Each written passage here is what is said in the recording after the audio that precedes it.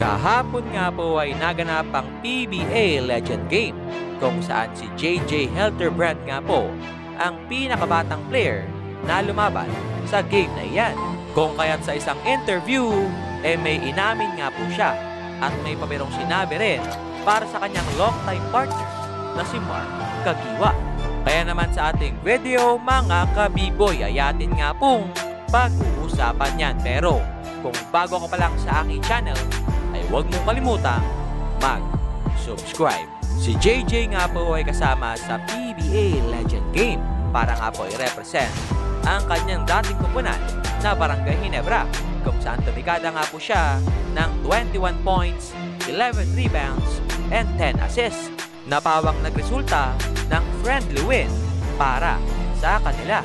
Kaya naman after nga ng good performance mula sa kanya, marami nga po ang nagsasabi na baka naman pwede siyang bumalik sa PBA.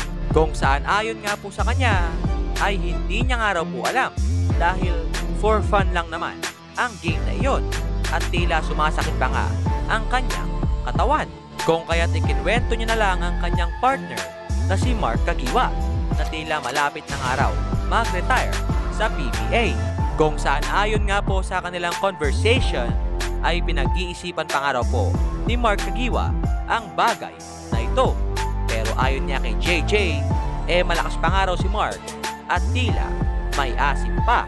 Kaya naman yon, hanggang dito na lang at maraming salamat sa panonood.